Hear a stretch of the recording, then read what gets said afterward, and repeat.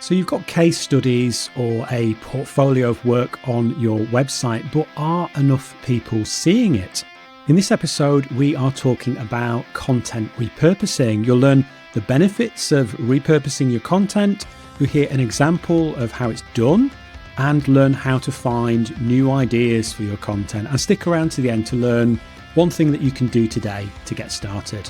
Welcome to Architecture Business Club, the show that helps you build a better business in architecture so you can enjoy more freedom, flexibility and fulfillment. I'm your host, Jon Clayton, and if you're joining us for the first time, don't forget to hit the subscribe button so you never miss another episode. We're joined by Annette Mashi. Annette creates magic with words. She gives visibility to female architects, interior designers, and women in the construction industry. She positions them as experts, demonstrating the true value that they provide and helps them stand out from their competition so they can attract the clients that they love and win their dream projects. To get a free audit of your website content, just click the link in the show notes. So, Annette, we are going to talk about content repurposing so that the content that we make can work harder for us. So, for example, this could be something like a case study on our website, something like that. And I know, and I'm sure you know as well, that there's many architects, many architecture firms out there that have got lots of content sitting on their website. They've already got content, so they might have case studies, they might have a portfolio, maybe some project photos or blog posts, and it's just sitting there on the website. What are they missing out on here when it comes to their content? Well, it's a shame because they built it. And if you built it, like you built it and you say, I built it, they will come. But I mean, that was only in Field of Dreams. So the idea for any of your content is to try to put it out there on multiple platforms. You can create a LinkedIn post and then point somebody, if you want to read more about whatever it is that the blog post is about, point them to the blog post. Send it in their email. So you can have a link in your email that says, if you want to read more information about this, take a look at my website. The idea for any kind of content is to drive people to your website because that's where hopefully you're going to be doing a lot of selling. And that's where people are going to be looking to see what you do, who you are, and why you're different than every other designer out there. You mentioned there about the Field of Dreams. I haven't seen that movie for a long time, but it's a great example, isn't it? It is. The whole build it and they will come thing, that we might think that we just put this on the website and like, well, it's on there now, so people are going to find it and see it. But we are missing out on an opportunity there, aren't we, to be able to get more people to be able to see it and discover it and lead traffic back to our website by doing this content repurposing thing. And you mentioned briefly there a few different ways that we can do this. We could be talking on LinkedIn about it. We can be sharing it in newsletters. So there's lots of different ways that we can do this. We're going to kind of walk through this, though, in a little bit more detail, aren't we, together? So you have a process that starts typically with a big piece of content and then works down. So could you perhaps walk us through that? So how would, say, a case study on an architecture firm's website, how would that then become like a blog, a newsletter, social media post, that sort of thing? Could you walk us through that process? Absolutely. So the best is an example. So I was writing for an architect. He was talking about how to make his home more energy efficient. So he could do a case study about what he did in order to make his home energy efficient, and then what the challenges were and what the result was. In other words, the end of the day, it was, 20% more energy efficient. Okay. So that's the case study. Or you could write, and he could have a blog. So he could take that same story, the same project, and make it into a blog. Now the blog, he can talk about the furnace that broke. He could talk about the windows that he needs to fix. He could talk about the insulation, the solar panels. So already we now have multiple topics in that one big, longer piece of content in the blog. Now I take that and I say, okay, well, I talked about the windows. So let's write a newsletter to my audience so that that can encourage them. It's drafty where you are in England. So we want to encourage them to have better windows? How do they seal their windows? And that becomes the newsletter. And then a very, very short piece of that can then become the LinkedIn post, where you're just talking about one specific thing that you could do to make your windows a little more, sealed. And all of those things can then point back to the blog and back to your website where somebody can read more information about him. So it's taking that big piece and breaking it down into lots and lots of little pieces.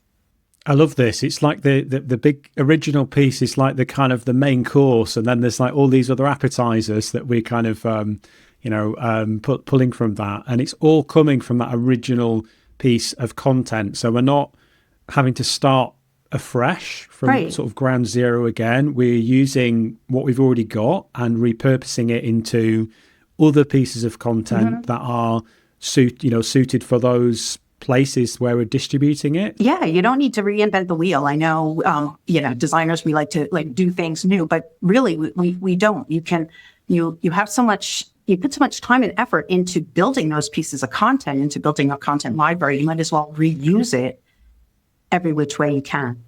I've definitely been guilty of this before, but probably still am, that, we create this example being, say, this podcast.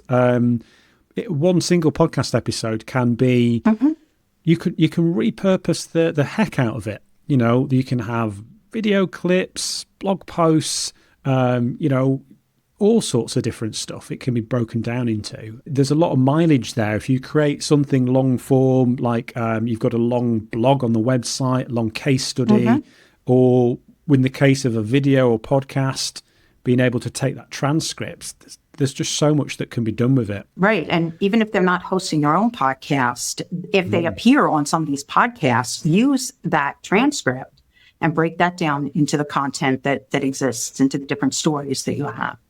Yes. Yeah, absolutely. Yeah, that's it's a good point that particularly with that scenario of like being a guest on somebody else's show, where it's a video show or audio podcast. There's no harm. Just ask. Sometimes people will share the transcript or some promotional resources with you, but otherwise just feel free to ask for it, because then you can use it on your own website. Again, it's just that thing of kind of, I guess it's getting into that content repurposing mindset that actually, if you feature in someone else's content, that you can still repurpose it even if they choose not to. Right. And you're giving them also exposure. So it's a win-win for both sides. Definitely. So, I think there's a lot of people out there that tell themselves that they haven't got stuff to write about. That they tell themselves this story of like, well, what have I got interesting to write? Who's gonna want to read what I've got to say? But I think when we talked previously, you mentioned about picking up story ideas from those day-to-day conversations with clients. Have you got any suggestions for how to sort of spot some of those hidden gems that we could use for content? I think almost anything can be content. I was speaking with somebody today, and we were talking about how somebody had hired somebody to do the newsletter, somebody else to do the Instagram, somebody else to do the video, that they've hired multiple people to do all of those little individual pieces. And I said, gee, it sounds just like an architect who wants to control the whole project. And now you have all these other all these other pieces. You have the interior designer, you have the electrician, you have, the structural person. I said, you have all these other little pieces, whereas you need the architect at the top to be able to do everything. So you're taking the story of somebody who's their marketing, and their marketing is probably pieced together in different, it might not even be aligned. It might not even be all work together, because you have 6 or 7 different people doing the work, whereas an architect is overseeing everything. So they really, instead of hiring a bunch of people, they should hire one person to oversee it all. And so it all has one unique voice and tone. And so it's looking for these things that just happen on a day-to-day basis. Anything that you're doing, anything that happens on a job site, anything that you talk to a client about. A lot of people these days are talking about square footage and the cost of square footage. It's something that's happening. Let's talk about it. Let's write about it. It's what interests your clients. So we should have some content about it.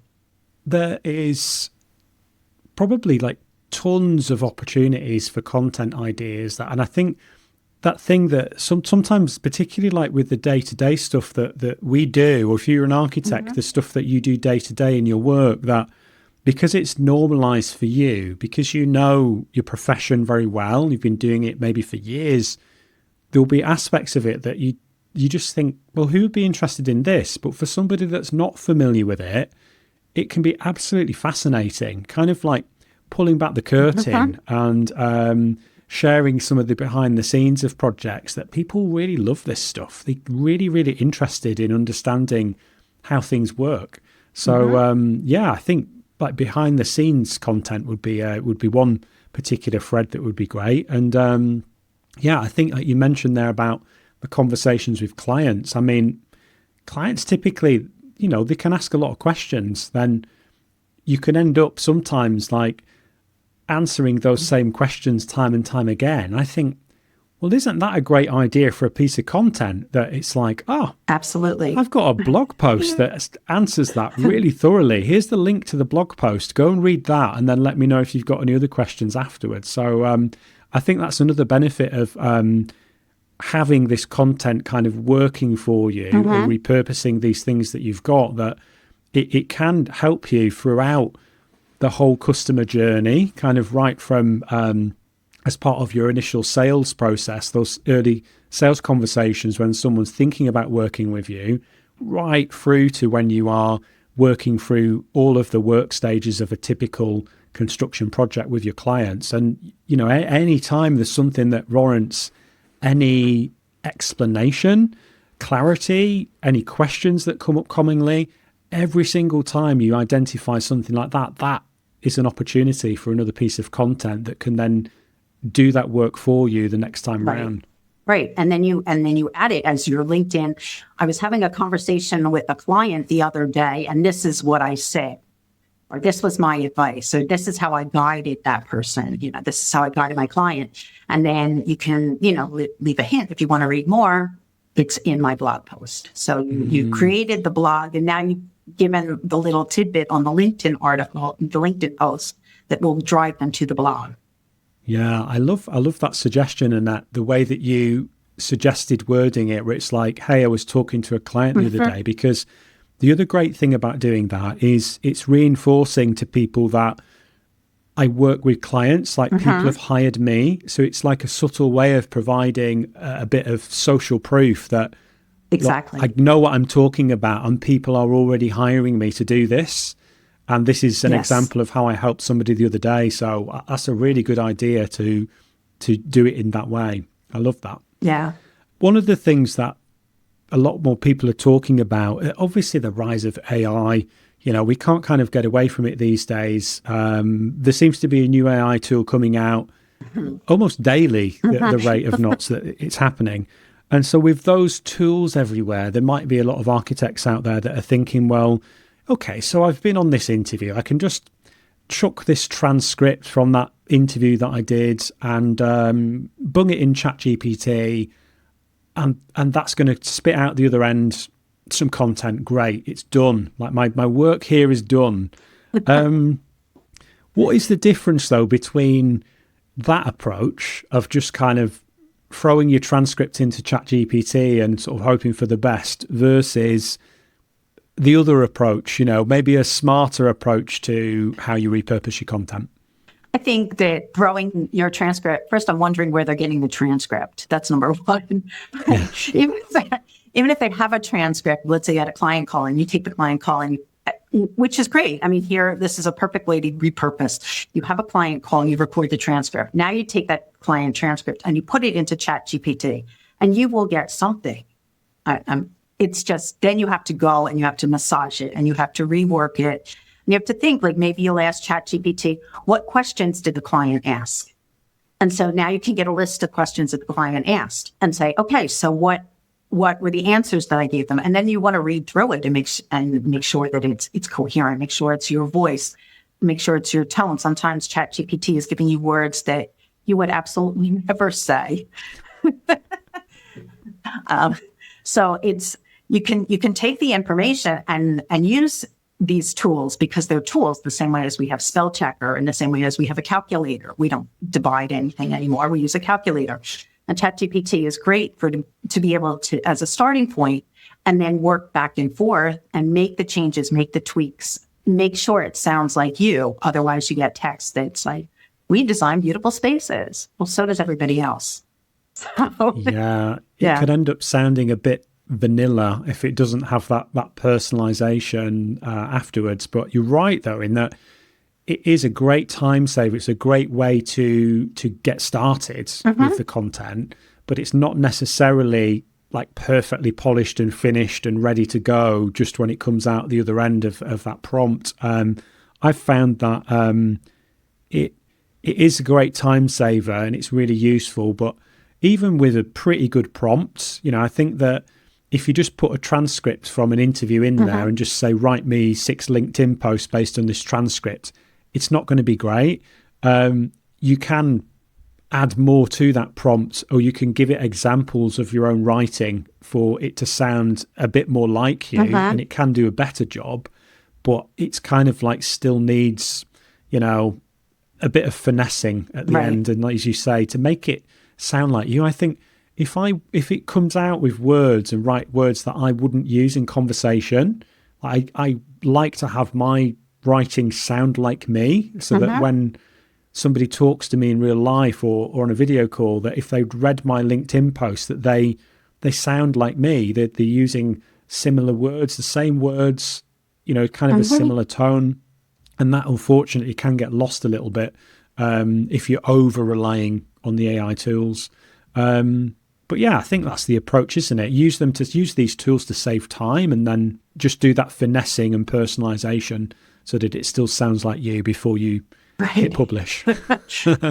Right, because you want it to sound like you. I mean, it's your voice. You don't want it. It would be the same thing as using these tools to generate a drawing for you. I mean, it's probably not the same as your work, the architectural drawings. So you can't just copy paste whatever it gives you. Do you have any particular words that you see in social media posts that you think, oh, that's ChatGPT? There's a few that I can think of that just gives me the ick. Like vital. It seems to love to use the word vital. And the other one is delve or dive deep. I noticed that quite a lot. So I see magnetic, content, magnetic. Yeah, that I'm like, I don't want it to be magnetic. So there's definitely some words that I see that I'm like, no, I would. But I always ask, even if I'm using it to kind of set up from the conversation that I have with somebody, even if I use it as a starting point, I still go back and say, I don't think that's what the client. That doesn't sound like my client, And I say, what did she really say? Or what's it really, what words did she really use? And then I'll go through the transcript on my own and take a look. That sounds sensible. So, Annette, you work with architects on blogs, newsletters, LinkedIn, and you do this as a package, like those things kind of working together. So why does that matter? Why does it matter to have those different elements working together? And what happens if you just do one of them versus actually considering this as a package of the blog and the newsletters and the social media posts as well? The idea is that different things do different things. In other words, your LinkedIn post is going to make people aware of who you are, and they'll take an interest in you and in your writing. The newsletter is going to keep somebody nurtured over a period of time. It takes a very long time for somebody to say, yes, please build me a $5 million home. So they're not going to, it's not like hitting the button on Amazon, yes, buy me, toothpaste or something. It takes time for them to decide that, yes, I want to hire somebody. So you're nurturing that person month by month until they make the decisions. And then the blog is a longer piece of content, which is where they can really find out how you think, how you work, what you've done for other people. And they can learn things like which countertops they should choose for their homes. So different materials they should use. How much does it really cost to build your dream home? So that longer piece of content is there. Each of those different types of content's doing a different thing. You mentioned that the LinkedIn posts are great for building awareness. So more people become aware of you that didn't know about you before, because they, hopefully, obviously a little bit dependent on the algorithm and that as well, but that's a way of building awareness of your business. The emails you mentioned is great for nurturing. So once people have discovered you, maybe expressed an interest in working with you, maybe they've filled in your contact form on your website or downloaded a freebie, they've done some action that's then got them onto your email list. So you're giving them something that's then they're exchanging and paying for it with their data. Essentially, they're giving you their email address and opting in to hear from you. And that's so important. It's such a good point you raised there about the time frame for people to be ready to invest in working with an architect or an architecture firm, because this is potentially, like, other than buying their home, it's probably the biggest project that they'll do in their lives in the renovation, or if it isn't the new built home, this is the biggest thing they're ever going to do. And that is not something where you go from initial idea to, starting the build. Like, that's not something that happens in days or weeks, or sometimes even in months. It could be well over a year. You could have people that are interested in doing this project, and it might be a year or two before they're actually in a position where they're ready to hire an architect. So the nurturing piece is so important.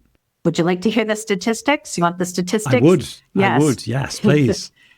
85% of interior designers don't have emails. So I'm going to take it as designers in general. 85% do not. That means that if you have one, you're in the upper 15%. You're already way ahead of your competition just by emailing people on a regular basis. Jeez. And by regular, I mean, given the context of this period of time from initial idea to ready to buy, how often would you say is enough if you're going to be emailing a newsletter or something similar to your list? Well, certainly not daily. No. And weekly might be a little too difficult for people to handle. So but at least once a month, you're popping into their inbox. Even if they don't read the letter, they see your name and that awareness and that, oh yeah, I remember that architect, because they may have gotten your name as a referral from somebody else, and now you're on their radar. So stay on their radar. And in order to stay on their radar, they're going to check you out on your website. They're going to check you out on social media. And if they're on your mailing list, then they're getting information from you on a regular basis. And you're going to be the top of mind person they're going to choose. That is very sensible advice. I totally agree, actually. I mean, I think given the duration of time, once a month even, that feels like it is still going to be enough to keep you top of mind over that period of time that we're likely to be looking at. And as you say, even if they don't read it, they're still getting that little cue, that little reminder of like, oh, that company is still in business. They're still doing things and designing spaces. And those different pieces of content can interlink, because then the email that gets sent out, if you've also done the blog post on the website, you can then be resharing that on your email newsletter and your social media posts. So all those different pieces of that puzzle, it's like this content ecosystem that's all kind of working and supporting each other and directing people to connect with you in different ways, spend more time with you. Particularly It's the flow. Architects love the flow. It's the flow. It's a good analogy. It is the flow. And I think that thing, particularly with the long form thing, the content like the blog posts or podcasts, this type of long form content, that is a really good way for people to spend more time with you and your brand. So that by the time that they are getting to that stage of readiness to invest, that if they've already read a dozen blog posts on your website, or they've watched a video interview you've done or listened to a podcast, they've maybe already spent several hours with you already. And compare that to an architecture firm down the road that doesn't have any of that content. They've not been able to do that with that firm. So you've got this advantage there by having this working for you. Yeah, absolutely. So you worked with an architect for about 4 years, and they were publishing 8 blogs a year. So it's not even once a month that they were publishing that blog. And she's getting the level of inquiries that she wants from 8 blogs over that year.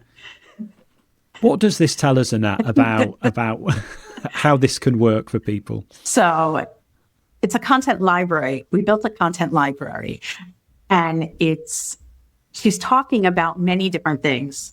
And we're using these pieces of content to connect with each other. So people are spending longer time on her website and reading about her and making that decision. And they're getting to know her even before they make that call. Like we just mentioned, even before they make that call and say, yes, I'm ready to go.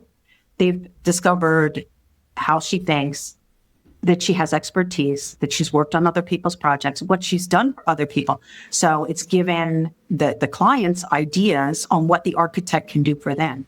So it doesn't have to be heavy lifting. It's not a blog a day or anything like that, or newsletters and emails and things. It's investing in the right type of content that will appear on your website, that will nurture people, that they can read it over that time to be able to be ready to buy and know you're the right architect for them.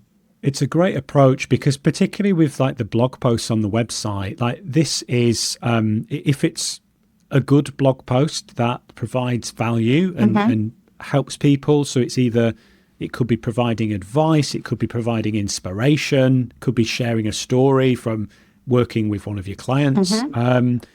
There's all those different opportunities there, but this could be working for your practice for years to come. Like you could still be getting people traffic to that. So it's good for SEO.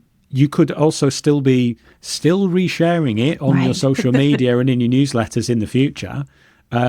Because that's the thing as well, that if you're emailing your customer base once a month and you've got a body of work, this library that you're building on your website, honestly, like they're not going to remember what you shared like 9 months ago. You can actually reshare some of this stuff as well. Absolutely. Like we don't just like share once and this, in the spirit of this content repurposing, like we don't just share things once. We want to keep squeezing more juice out of it and resharing it. So we don't necessarily need to have dozens and dozens and dozens and dozens of blog posts there. We could have a few really good blog articles on the website that potentially could do a lot of heavy lifting. Absolutely. And connecting one with another, which is really good. In other words, if you're writing specifically, you could be writing about the design of a specific project. You could be talking about the lighting in that specific project. And then you point them to an article talking about circadian rhythm and lighting and what that's all about. And then you can talk about health and wellness and how does that work? And then the light, you add that one piece of lighting in with yoga, the yoga studio that people built. And you're connecting all of your articles together. And so people are reading and whatever interests them, and then they learn more about the architect until they're ready to buy. That's a really good idea. And so there, if we've already got a few blog articles on our website and we add a new blog article, that we could take a look at our other articles and see if there's any that are related, any related topics. We can then link those pages to each other, which is going to not only, for the customer's point of view, it's making it even more valuable because they're reading that article and then they're getting links to other related topics and articles that they are going to get value from. So it's better for them. But also it's increasing the dwell time on our website, which is great for us as a service provider, because they're now spending more time on our website instead of leaving to go and learn about that thing somewhere else. Exactly. So it's a win-win. Yeah. More people should do it. Yeah, absolutely. Yeah. It's something that I could probably do with doing more of that myself, actually, with this show, thinking about when we create a new episode, what other episodes do we have in the back catalogue that are related to the topic, and then linking to those in the show notes as well, or referencing and mentioning them in the episodes. I think you just did that on I listened the other day where you talked about your 100+ episodes, and then you said, these are the episodes. And if you want to learn about this, there's more there. And it's your people are learning from you. And the more they learn from you, the more they know you, they like you, they trust you, and the more they're ready to do business and give you their money. That's exactly it. So if someone who's listening to this now, someone's listening or watching this, because we have these on YouTube now as well, and they want to start repurposing some content that they've got and they want to start today, what's one thing that they should do first? What would be one thing they could do to just get started with this? So first, see what you have. Like we talked about, you don't need to reinvent the wheel. Let's start with what we have. And then let's map it, try to map it into the different pieces and see what's missing. And you can even use ChatGPT. Say, I have this blog post, I have this blog post, I have this blog post. What are people missing? And I would also suggest, what are the questions your clients are asking? Or what are the people, if you're doing discovery calls and things like that, what are they asking? What do people want to know? What do they need to know in order to start working with you? And then create a blog about that. Oh, that's a great one. Yeah. So to begin, take a look at what we've already got and try and see what opportunities there are from existing content that we can repurpose. And then think about what are the things that the customers need to know to work with you, and thinking about those questions that you often get asked. That's that. I mean, just with that, like we should have a good amount of content to get started with, some ideas a year's worth of blogs. A year's worth of blogs. A year's worth of blogs. Yeah. Even your process. I think that's the next piece that I'm going to be writing for my client, because we talked about we talked about materials, we talked about flooring, we talked about ceilings, we talked about windows, we talked about landscaping. And I said, but we need to talk about your process. What's it like to work with you? What are the steps that people need to go through, and put that together as a blog? I would say I'd just throw in a couple of book recommendations for everybody. They Ask You Answer by Marcus Sheridan is a really good content marketing book, which you can get some ideas from. And another one I recommend is Content Fortress by Martin Hunchback and Lindsay Cambridge. And I can't remember the episode number off the top of my head, but I interviewed Martin a little while back, and that might be an episode to go and check out after this one, actually. As there we go. You see, I've inserted done the thing that I said I was going to do there, referencing another episode. But yeah, those would be a couple of book recommendations that might help also kind of stir up some ideas for new content. Annette, we've covered quite a bit there. Is there anything else you wanted to add about content repurposing that we haven't already covered? I think I'd like to just mention in marketing in general, let's talk about the benefits. Talk about the benefits to your clients. What are your clients getting? Not the features, not this many rooms and that many, this square footage or whatever. What's the benefit that they get? So it's really important to position for the architects to position themselves as the guide. I'm guiding you. The client is the hero. And these are ways that I can help you fulfill your dreams, build the home that you're envisioning, or the office space that you need. I designed my soul space, the soul space that you can live in. So it's important to put client first. Try to think about the client first. A lot of things that I see are, we did this and we did that and we won this award. The client wants to know what you can do for them. Try to make all of your marketing, and when you're repurposing and things like that, think about the client first and what does the client need to hear. I suppose a simple exercise is to go through your website and your social media and look, how many times do we use the word we, and how often do we mention you? Yeah, we design beautiful spaces. Yeah, we're great. Hire us today. Exactly. So just, that little exercise to reposition it into client first, client facing, will definitely help. Yeah. There's another question I want to ask you, Annette. This is my new regular question that I'm asking all of the guests. What is one resource that you use in your business that you couldn't live without? So resource, it could be a website, it could be an app, a gadget, it could be a book, podcast, any kind of resource. Does something spring to mind that's an essential for you? My network of other people that I work with, I think is the number one resource that I have. So days that are hard, days that are difficult, days that things don't go exactly how they should, days that I want to celebrate, things that I want to share, things that I want to learn from, decisions that you need to make. Have a network of people that you're working with that support you, that help you, that encourage you. So I think people, and the network that you create. And it can be other architects, share that. Don't be, there's plenty of work for everybody. There's plenty of building going on for everybody. So, share your clients are your clients, their clients are their clients. And I think that sharing and creating that network, that the network is the most important thing that I probably couldn't live without.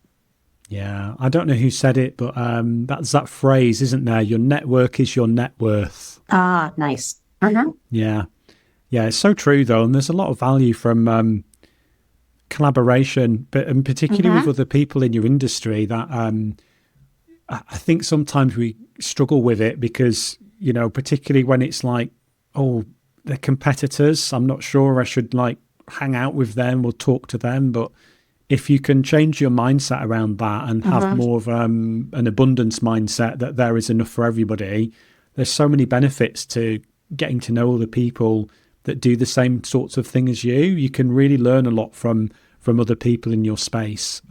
So yeah, that's a great suggestion for a resource there. Annette, I've really enjoyed this conversation. Thank you so much for sharing your expertise with us and for joining me today for this conversation. If people would like to connect with you online, where's the best place for them to do that? So LinkedIn, and LinkedIn is where I hang out. Brilliant. Okay, well, I'll make sure we put your LinkedIn profile. We'll put a link to that in the show notes and the description. What about your website? Do you want to remind people how to find your website? Sure. It's writewizards.com. Great. Perfect. Thanks again, Annette. It's been a pleasure. Thank you, Jon. It was wonderful.